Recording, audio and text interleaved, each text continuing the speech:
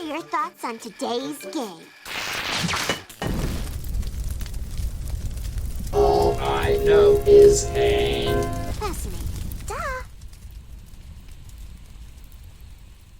Alright, so, looks like we've got a mini-golf episode on our hands. Personally, I've always had a fascination with cartoon episodes that feature sports in some way. I guess it's because I've gotten interest in both activities, so seeing them cross over with each other gives them more appeal to me. Anyways, today's particular sport of interest is miniature golf, except that the mini-golf aspect is only half of the content that fills this episode's runtime. I gotta say, I'm glad the reboot does more with this idea than just having a standard mini-golf competition or something along those lines. That's typically the standard direction that an episode would go, so to see it do something else entirely is interesting to say the least. But I'll get into that more as the episode unfolds, so without further ado, let's roll.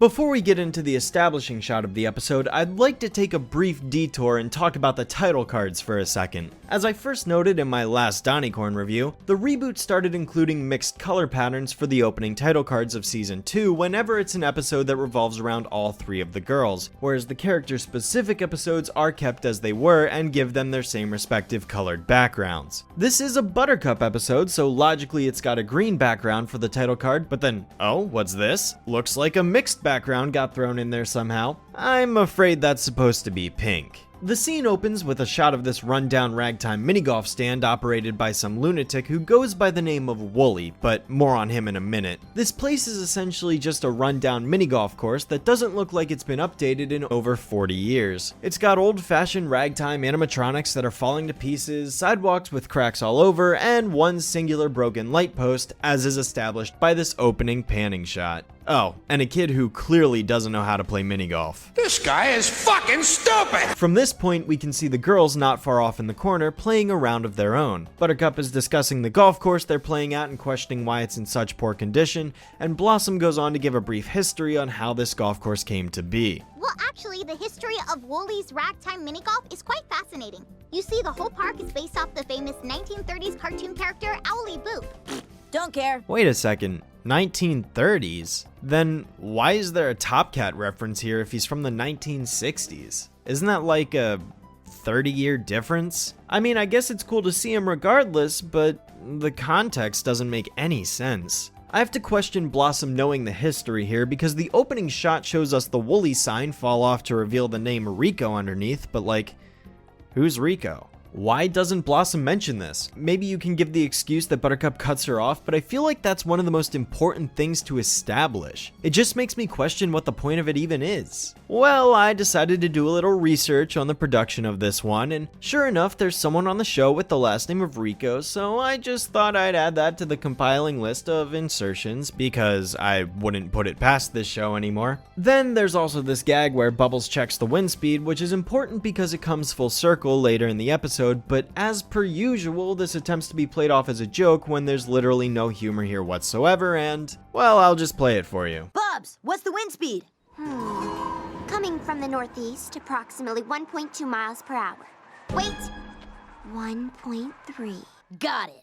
Like, okay, it's 1.3 miles per hour. And? Anyways, Buttercup scores herself a hole-in-one and proceeds to question how golf is scored. You know, the lower your score, the better, and proceeds to gloat about how she's going to do terrible because bad is good. I honestly found myself paying more attention to the background at this moment because Bubbles is just in the back there trying to fix the trumpet on this animatronic and proceeds to only do more damage to it in the process. You know, I can appreciate the show trying to do something interesting by composing this shot as if it were a low angle looking up at Buttercup with a golf club head, but this perspective just did not translate well at all. Next, we get a montage as she flies through the course scoring a hole-in-one practically every single time and manages to do the same on the last hole, allowing her to score the course's very first perfect game. You just golfed a perfect game. What are you gonna do next? I'm gonna go to Disney World! So, with Buttercup now the course champion, she feels inclined to keep her game-winning ball as a personal trophy. However, the conflict of this episode kicks in when Wooly over here tells her that she has to return her ball, or else. Or else what, you ask?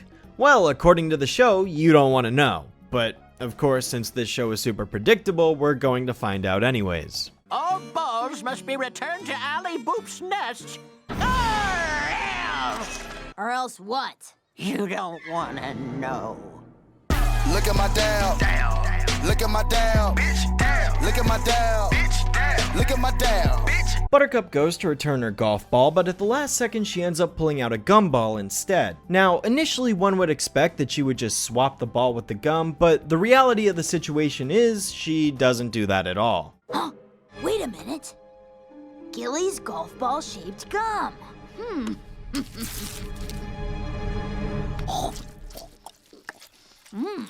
Okay, that really helped me think. This was probably an attempt to subvert expectations, but overall I'm not terribly impressed. Sorry. Instead, Buttercup takes one of Bubbles' hair beads, tosses it in the ball return, and calls it a day. Later that night at the Powerpuff residence, we get another bathroom-related joke because that apparently has become a standard requirement for every single episode of Season 2 now. And then Buttercup looks out her window to see that Alley Boop robot, obviously a reference to Betty Boop, outside destroying the city.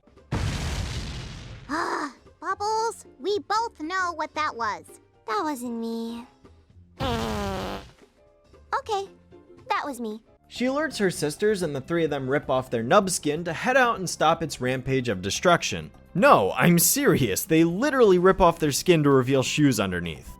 It's best not to think about it. They manage to get there and save the mayor in the nick of time, who comments that the robot happens to look like a certain secretary we all know. That lady tearing all the roofs off looks just like Miss Bellum, except the face. Yeesh, did this really have to remind us of how she didn't fit the message, despite the fact that the show essentially characterized her into a lazy slacker who does nothing productive and put the entire city in danger for her own personal selfish vacation? Blossom proceeds to accuse Buttercup of not returning the golf ball like she was supposed to, and concludes that that's why the robot is causing a ruckus all across the city. Furthermore, she chastises Buttercup for her actions when Buttercup retorts that Blossom would have done the exact same thing. Fine!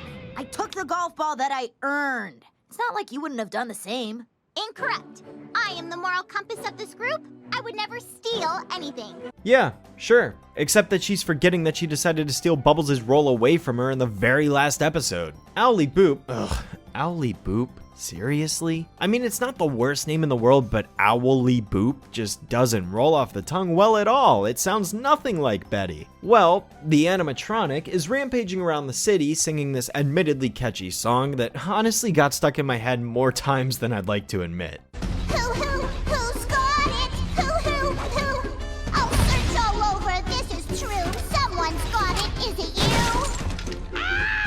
Following this, Wooly shows up to chastise Buttercup for stealing the ball, so she ultimately gives in and decides to shoot the ball back at the robot using her magic mini-golf skills that she just acquired in this very episode. Just gotta line up the shot. Perfect. Hey, Bubs! What's the wind speed? Wow, very strong! Awesome! Blossom, what's my score? You're a terrible person. Best joke of the season, hands down. Hot damn was that incredible. I'm gonna have to save that one. So she hits the ball back in Alley Boop's mouth, which causes her to stop terrorizing the town. For about 5 seconds. Then she continues going on about her business because that wasn't the droid she was looking for. This confuses the characters, and myself at first, until Blossom conveniently pulls out a pencil and scorecard to dock Buttercup off a few points, which, in the context of everything going on, doesn't make a lick of sense because they aren't playing a game at all, so how could Blossom possibly dock Buttercup for anything when it's completely unrelated to what's going on? I don't know, this just doesn't feel like a seamless way to transition into the realization that Blossom stole the pencil from Woolly's, and oh yeah, by the way, that's what the owl was looking for the whole time, her pencil. So yeah, conflicts resolved. Blossom was the thief the whole time, and the episode concludes with Bubbles playing a trumpet that she also stole from Woolly's. Remember, the one that she was trying to put back on the animatronic? Yeah, that's a little detail I can appreciate since the episode shows the same animatronic coming towards them trying to get it back. And that's how the episode ends. Did everyone in Townsville steal something from that